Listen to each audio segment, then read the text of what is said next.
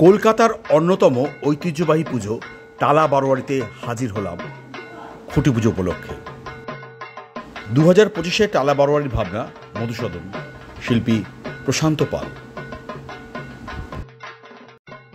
কলকাতার অন্যতম সেরা পুজো এবং পুরনো পুজো 2025-এ এবার এই পুজোর বয়স 105 বছর।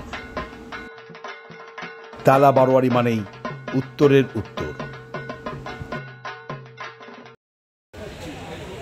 এখন রাত প্রায় অনেকটাই, আমি চলে এসেছি এই মুহূর্তে টালা বারোয়ারিতে, কারণ কলকাতার যে পুরনো ঐতিহ্যবাহী পুজোগুলো তার মধ্যে কিন্তু টালা বারোয়ারি একেবারেই অন্যতম। এবং সেই টালা বারোয়ারিতে রাত হয়েছে ঠিকই, কিন্তু আমার কাছে রাত হয়নি, কারণ টালা বারোয়ারিতে কিন্তু দেখতেই পাচ্ছ এখনও প্রচুর মানুষ কিন্তু তারা রয়েছেন। কারণ কলকাতার ঐতিহ্যবাহী পুজোতে ঠিক যেমন দর্শকের ঢল নামে, ঠিক তেমনই কিন্তু যারা ইউটিউবার তারাও কিন্তু চলে এসছে। এবং আমিও আজকে প্রচুর খুঁটি পুজো ছিল, তার মধ্যে এক এক করে চলে আসতে হয়েছে। তো সুতরাং এই মুহূর্তে রয়েছে আমি টালা বারোয়ারিতে। আমি যেইটুকু পারবো যতটুকু পারবো তোমাদেরকে দেখানোর চেষ্টা করবো, কারণ যেহেতু একটা বিগ বাজেটের পুজো টালা বারোয়ারি এবং একটা ঐতিহ্যের পুজো উত্তরের এবং উত্তরের উত্তর, তাই দেখি তোমাদেরকে কতটা দেখাতে পারি, যতটা দেখাতে পারবো। প্লিজ তোমরা একটু দেখো আমার চ্যানেলটা, আর আমার চ্যানেল রটক উইথ রমেন। তোমাদের প্রত্যেকে স্বাগত জানাই এই মুহূর্তে টালা বারোয়ারিতে। খুব সুন্দর খুঁটি, দেখো দেখতেই পাচ্ছি টালা বারোয়ারির খুঁটি পুজো হয়ে গেছে। আমরা একটু লেটেই পৌঁছেছি খুঁটি পুজো।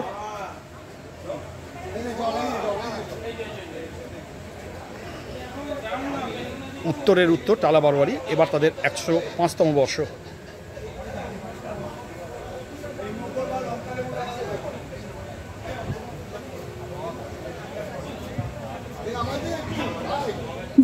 অনুরোধ করবো ওনাদের সম্মাননা জানাতে। যখন বাস পড়তো মণ্ডপে আমাদের ভীষণ আনন্দ হতো, এবং সেই আনন্দ কিন্তু আমি বড় বয়সে উপলব্ধি করতে পারছি। দেখো টালা বারোয়ারিতে কিন্তু বাস পড়ে গেছে, এবং দেখো দেখতে পাচ্ছি কিন্তু প্যান্ডেল কিন্তু বেশ একটা সাইডে কিন্তু অনেকটা বাঁশের কাজ হয়েও গেছে। দেখো দেখতেই পাচ্ছি সেই দৃশ্য। আমার একটা আত্মার যোগ রয়েছে সবার সাথে, কারণ আলাদা করে দাম বলেন না বলে।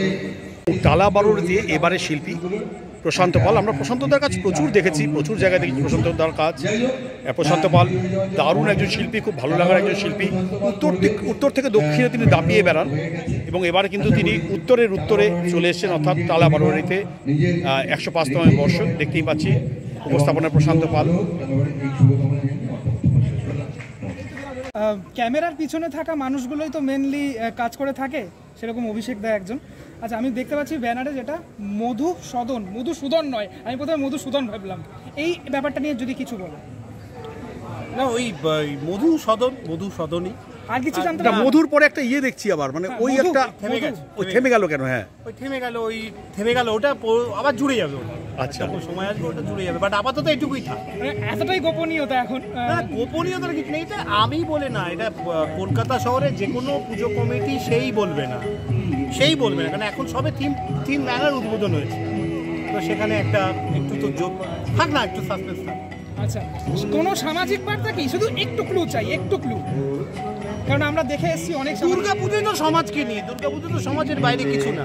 আচ্ছা, দুর্গাপুজো তো সমাজের বাইরে নয়। দুর্গাপুজো নিয়ে, দুর্গাপুজোর যখন আমরা যখন চলি, আমরা যখন সারা বছর যে কোনো বিষয় ভাবি, সমস্ত কিছুই তো বিষয় হচ্ছে সামাজিক বিষয়। পুজোটাই সমাজকে নিয়ে, সমাজের বাইরে পুজো হয় না, তো সামাজিকই।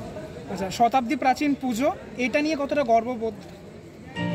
শতাব্দী প্রাচীন পুজো নিয়ে গর্ববোধ তো অবভিয়াসলি, কারণ একটা পুজো যদি শতাব্দী প্রাচীন হয়, সেই পুজোর সাথে দেশের স্বাধীনতার ইতিহাস অবভিয়াসলি একদম আছে। এবং কলকাতার দুর্গাপুজো জমিদার যোদ্ধাদের চৌকাঠ ছেড়ে রাস্তায় নেমেছিল শুধুমাত্র স্বাধীনতা সংগ্রামীদের সহায়তা করবে বলে। তাহলে যে পুজো কলকাতা শহরের যেসব পুজোর বয়স ভারতবর্ষের স্বাধীনতার থেকে বেশি, সেই সকল পুজোতেই স্বাধীনতা সংগ্রামের ইতিহাস জড়িয়ে আছে। টালা বারোয়ারিও তার ব্যতিক্রম নয়।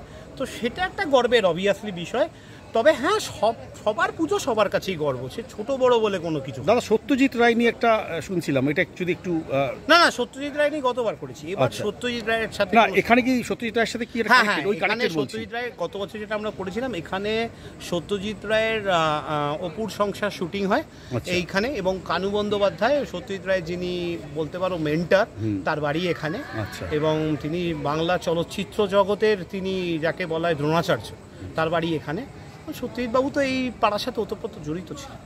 কাজ কি অলরেডি শুরু হয়ে গেছে? কারণ বাস পড়ে গেছে তো যদি না, এইটা তুমি যেটা দেখতে পাচ্ছ এটা আউটডোর শুরু হয়েছে, ইনডোরের কাজ 1.5 মাস হয়ে গেছে। আউটডোর শুরু হলো, আর আমরা খুঁটি পুজো মানে আমাদের কিন্তু তার পরের থেকে প্যান্ডেল শুরু, মানে ইনফ্যাক্ট শুরু হয়ে গেছে, দেখতেই পাচ্ছি। কারণ আমাদের খুঁটি পুজো মানে আমরা খুঁটি পুজো করে ওই তারপরে রেখে দেবো এরম না, পরের দিন থেকেই হয়ে যাবে। বেশ, যদি দর্শনার্থীদের উদ্দেশ্যে শেষ কিছু বার্তা থাকে। দর্শনার্থীদের উদ্দেশ্যে একটা কথাই বলবো যে আমরা এবার একটা এমন কিছু করতে চাইছি, দুর্গাপুজো বড্ড বেশি বাস চারটের ছোঁয়া হয়ে গেছে, বড় বড় জায়েন্ট ইনস্টলেশন, অর্ধেক আলো অন্ধকার, কিছু দেখা যায় না, ঠাকুরের মানে বোঝা যায় না, এবং সত্যি কথা মানে সত্যি কথা সোজা বলতে কোনো ক্ষতি নেই।